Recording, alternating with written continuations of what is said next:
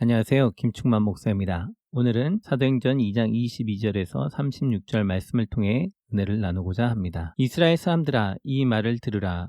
너희도 아는 바와 같이 하나님께서 나사렛 예수로 큰 권능과 기사와 표적을 너희 가운데서 베푸사 너희 앞에서 그를 증언하셨느니라. 그가 하나님께서 정하신 뜻과 미리 아신 대로 내준 바 되었거늘 너희가 법 없는 자들의 손을 빌려 못 박아 죽였으나 하나님께서 그를 사망의 고통에서 풀어 살리셨으니 이는 그가 사망에 매여 있을 수 없음이니라. 다윗이 그를 가리켜 이르되 내가 항상 내 앞에 계신 주를 배웠으며 나로 요동하지 않게 하기 위하여 그가 내 우편에 계시도다. 그러므로 내 마음이 기뻐하였고 내 혀도 즐거워하였으며 육체도 희망에 거하리니 이는 내 영혼을 음부에 버리지 아니하시며 주의 거룩한 자로 썩음을 당하지 않게 하실 것이미로다. 주께서 생명의 길을 내게 보이셨으니 주 앞에서 내게 기쁨이 충만하게 하시리로다 하였으므로 형제들아, 내가 조상 다윗에 대하여 담대히 말할 수 있노니 다윗이 죽어 장사되어 그 묘가 오늘까지 우리 중에 있도다. 그는 선지자라. 하나님이 이미 맹세하사 그 자손 중에서 한 사람을 그 위에 앉게 하리라 하심을 알고 미리 본 고로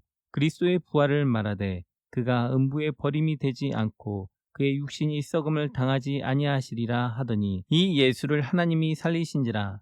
우리가 다 이 일의 증인이로다. 하나님이 오른손으로 예수를 높이심에 그가 약속하신 성령을 아버지께 받아서 너희가 보고 듣는 이것을 부어주셨느니라. 다윗은 하늘에 올라가지 못하였으나 친히 말하여 이르되 주께서 내 주에게 말씀하시기를 내가 내 원수로 내 발등상이 되게 하기까지 너는 내 우편에 앉았으라 하셨도다 하였으니 그런즉 이스라엘 온 집은 확실히 알지니 너희가 십자가에 못 박은 이 예수를 하나님이 주와 그리스도가 되게 하셨느니라 하니라. 22절 이스라엘 사람들아, 이 말을 들으라. 너희도 아는 바와 같이 하나님께서 나사렛 예수로 큰 권능과 기사와 표적을 너희 가운데 베푸사 너희 앞에서 그를 증언하셨느니라. 수천 년의 역사 동안 수많은 선지자들이 있었지만 예수님처럼 수많은 기적과 표적을 보인 사람은 없습니다. 구약에 기록된 선지자들의 모든 이적과 기적을 예수님께서 다 행하셨고 추가로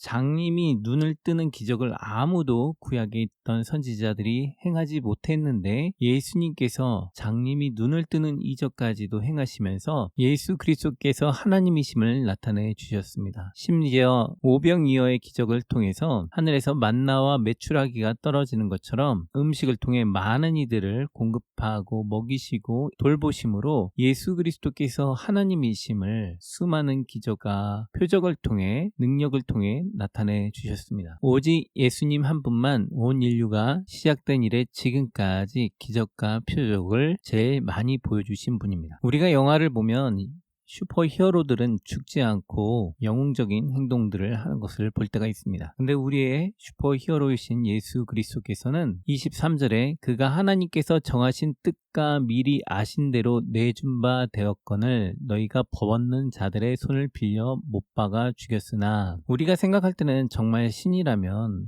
모든 이들을 그냥 구원하고 그리고 살아서 그 능력을 증명해야 된다고 생각해야 될 텐데 하나님께서는 인류의 죄의 문제를 해결하기 위해서 예수 그리스도가 대신 죽게 하심으로 인류의 모든 죄를 사해 주셨다라는 것입니다. 많은 사람들은 자기의 죄값대로 살다가 죽습니다. 그 죽음은 곧 사망이고 사망은 결국 그 사람의 인생을 절망 가운데 빠뜨리는 것입니다. 그러나 예수 그리스도를 믿는 자에게는 하나님께서 그 능력을 통해 그를 돌보시고 그 능력으로 구원하신다라는 것입니다. 하나님의 능력을 보았지만 수많은 사람들은 예수 그리스도를 십자가에 못 박아 죽였습니다. 그 능력을 보고 예수를 죽이는 자도 있고 그 능력을 보고 예수를 믿는 자도 있는 것입니다. 24절에 하나님께서 그를 사망의 고통에서 풀어 살리셨으니 이는 그가 사망에 매여 있을 수 없음이니라. 예수님께서는 우리를 위해 대신 죽어주심으로 끝난 것이 아니라 그가 다시 하나님이심을 부활하심으로 증명하셨습니다. 인류 역사가 시작된 이래 많은 성인 군자들이 있었습니다.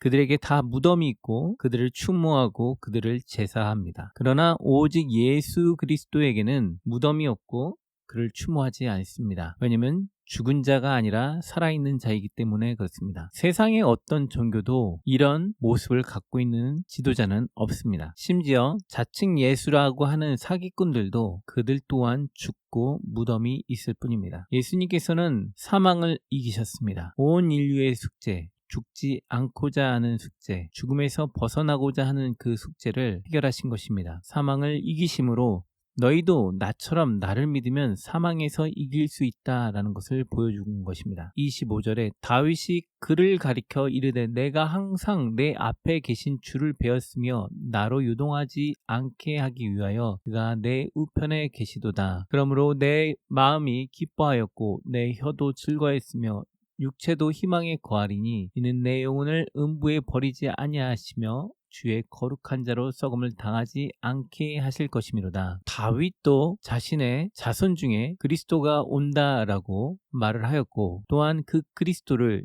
지금 자기가 보고 있다고 말을 하고 있습니다. 그것을 인하여 유동하지 않고 주님과 늘 함께 동행하며 또한 그것이 즐거움이 되며 또한 그 육체가 썩지 않고 영원히 함께 한다라는 것을 말씀하고 있는 것입니다. 다윗의 육체는 이미 썩어 그 뼈가 있는지 없는지조차도 모를 정도입니다. 수천 년이라는 시간 동안 수많은 사람들이 죽었고 그 사람들은 다 모래로 돌아갔습니다. 그러나 오직 유일하게 예수 그리스도만 썩음을 당하지 않았다라는 것입니다. 다윗이 본인이 만약에 썩는다라고 했다면 이 말씀을 하지 않았을 것입니다. 이것은 다윗의 예언이 응하였고 썩지 아니한다라는 것입니다. 이것은 앞으로 우리의 영혼이 하늘에서 우리의 육체가 주와 함께 영원히 함께할 것을 말씀하고 있는 것입니다. 28절 주께서 생명의 길을 내게 보이셨으니 주 앞에서 내게 기쁨이 충만하게 하시리로다 하였으므로 예수 그리스도가 생명의 길이라는 것입니다. 예수 그리스도가 오시기 전에 이미 다윗은 그 길을 보았습니다. 그것이 생명의 길인 것을 보았습니다. 예수 그리스도께서 지금 현재 이 땅에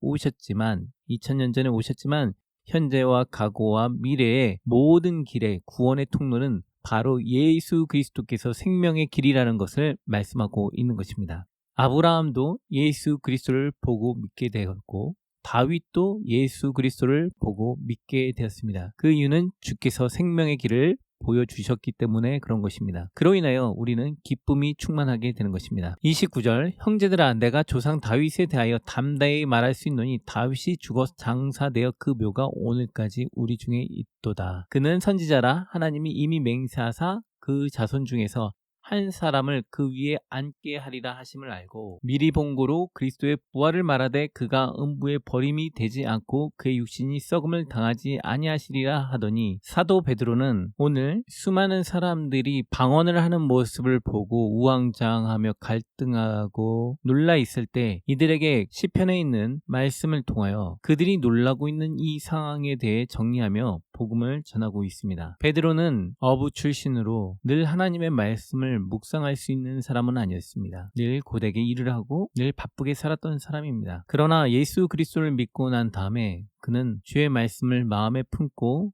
늘 기도하며 나아가게 된 것입니다. 그 무식하였던 베드로가 이제는 수많은 사람들 앞에서 수많은 학자들 앞에서 수많은 말씀을 연구했던 사람들 앞에서 담대하게 그리스도의 말씀을 선포하며 너희가 배운 것과 아는 것이 어떠한가 돌아봐라. 너희가 알고 있는 것과 행하는 것이 어떠하였느냐. 알고 있다면서 왜 그리스도를 죽였느냐. 알았다면 이제 돌이켜라 라고 말씀하고 있는 것입니다. 베드로의 이 설교를 통해서 많은 사람들은 회심하게 됩니다. 오늘날 그리스도를 모르는 사람들이 많이 있습니다. 또한 이 예언의 말씀이 응했다라는 사실도 모르는 사람이 많이 있습니다. 이제 우리에게 남은 숙제는 그들에게 주 예수 그리스도의 복음을 알게 하고 그들이 알고 행함으로 예수 그리스도를 온전히 믿고 나아가 생명의 길에 이르도록 그들을 돕는 것입니다. 32절 이 예수를 하나님이 살리신지라 우리가 다 이 일의 증인이로다. 예수님을 살렸다라는 것을 베드로가 보았다라는 것입니다. 그리고 이제 우리 모든 그리스도인이 이 일의 증인입니다. 우리는 말씀과 기도 가운데 성령님께서 동행하시고 우리의 마음을 만지시는 것을 느끼고 볼 때가 있습니다. 이거는 과학적으로 설명할 수 없는 부분입니다. 우리의 믿음의 증거는 넘치고도 넘칩니다. 그러므로 우리는 우리의 삶의 변화를 통해 예수 그리스도를 믿는 자들의 삶이 어떻게 변하게 되었는지 세상의 증인으로서 그들에게 보여주어야 하는 것입니다. 제자들이 증인이었던 것처럼 오늘날 주께서 우리에게 증인의 삶을 요구하고 계신 것입니다. 33절 하나님이 오른손으로 예수를 높이심에 그가 약속하신 성령을 아버지께 받아서 너희가 보고 듣는 이것을 부어주셨느니라. 주께서 높아지지 아니하셨다면 오늘날 우리가 받는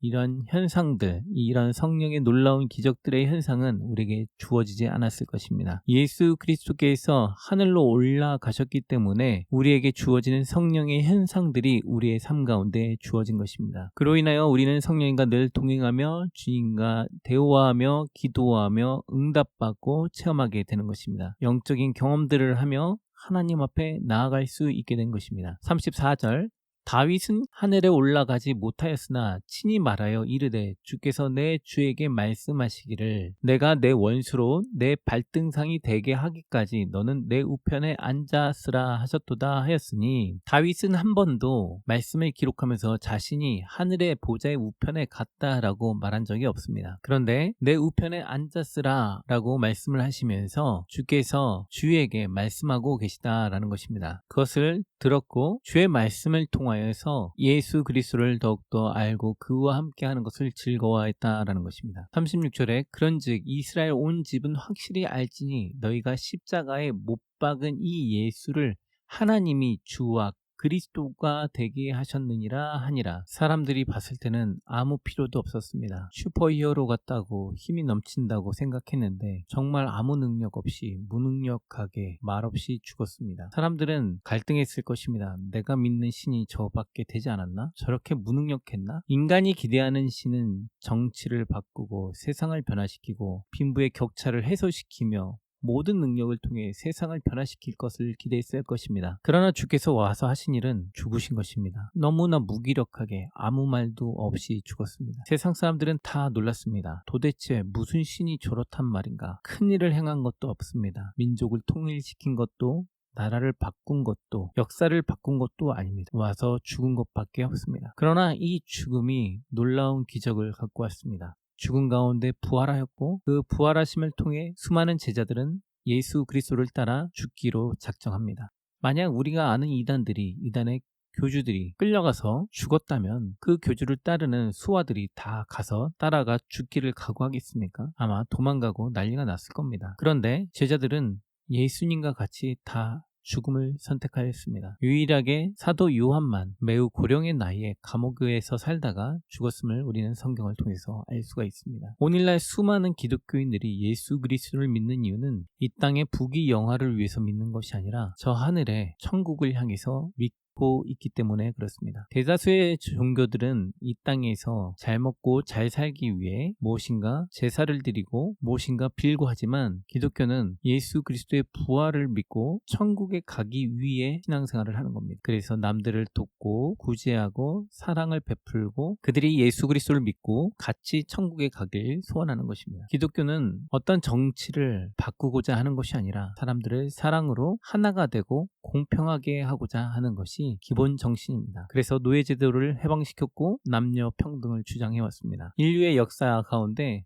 많은 민주주의적 토대를 닦게 해주었습니다. 그리스도인은 죽음을 두려워하지 않고 천국을 향해서 달려가는 것입니다. 아무것도 없는 것 같습니다. 세상에서 봤을 때는 재산도 없고 아무것도 없는 사람들처럼 보입니다. 무능력해 보입니다. 그러나 주께서 함께 하시니 이들의 능력이 대단합니다. 이들을 통하여 세상이 바뀌고 있는 것입니다. 예수 그리스도를 믿어야 합니다. 왜 믿어야 하냐면 죽음 가운데 부활하기 위하여 믿는 것입니다. 인간은 누구나 태어나면 죽습니다. 부자도 죽고 가난한 자도 죽습니다. 일을 많이 하다가 죽기도 하고 적게 하다 죽기도 합니다. 예수를 오래 믿었다 죽기도 하고 짧게 믿었다 죽기도 합니다. 누가 천국에 갔느냐? 라고 묻는다면 주님은 돈이 많거나 학식이 있거나 IQ가 높거나 육체적으로 건강한 사람이 천국에 가는 것이 아니라 나를 믿는 자가 천국에 간다라고 말씀하고 계시는 것입니다. 그 사람은 사망 가운데 생명으로 부활할 것이다 라는 것입니다. 우리가 예수 그리스도를 믿는 이유는 죽음도 하나님과 우리의 사이를 갈라놓을 수 없기 믿기 때문에 그렇습니다. 현재 마주하고 있는 고통 가운데, 고난 가운데, 죽음이라는 문턱 가운데 있는 사람들이 있습니다. 그렇다면 우리는 무엇을 봐야 될까요? 오늘 내가 운전하다가 교통사고가 날 수도 있고 내가 갑자기 코로나로 인해서 죽을 수도 있습니다. 내가 오늘 이 땅을 떠난다면 나를 기억하거나 남을 것은 아무것도 없습니다. 그러나 저 천국에 딱 들어갈 때 필요한 것 단 하나, 예수 그리스도를 믿는 자는 구원을 받고 천국에 가게 된다라는 것입니다. 이것은 인류 역사상 매우 크고 혁명적인 사실입니다. 자살 테러 폭탄을 해서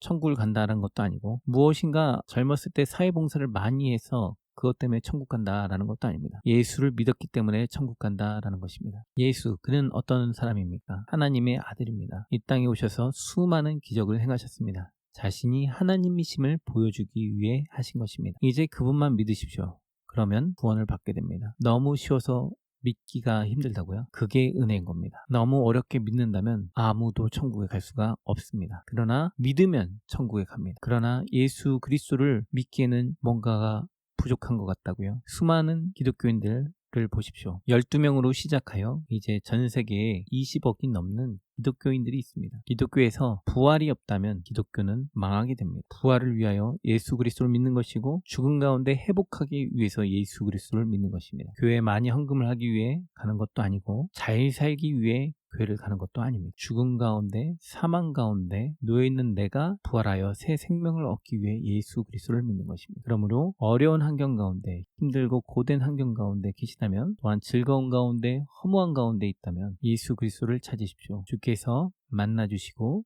큰 사랑과 위로로 채워주실 것입니다. 오늘 하루도 예수 그리스도를 믿음으로 나갔으면 좋겠습니다. 혹시 그리스도에 대해서 궁금하시다면 그리스도에 대해서 그의 생애에 대해서 면밀히 연구하고 찾아보시길 바랍니다. 예수 그리스도는 신화도 아니고 소설도 아니며 역사적 사실 위에 계신 분이시며 그의 무덤은 존재하지 않기 때문에 그렇습니다. 오늘 이 말씀을 통해서 느낀 점은 예수 그리스도를 잘 믿자, 그리고 증인되는 삶을 잘 살자, 그리고 많은 사람들에게 예수 그리스도의 부활하심을 잘 증거해야 되겠다라는 생각을 하게 됐습니다. 오늘 하루도 성령님 안에서 동행하시고 승리하시길 축복합니다. 감사합니다.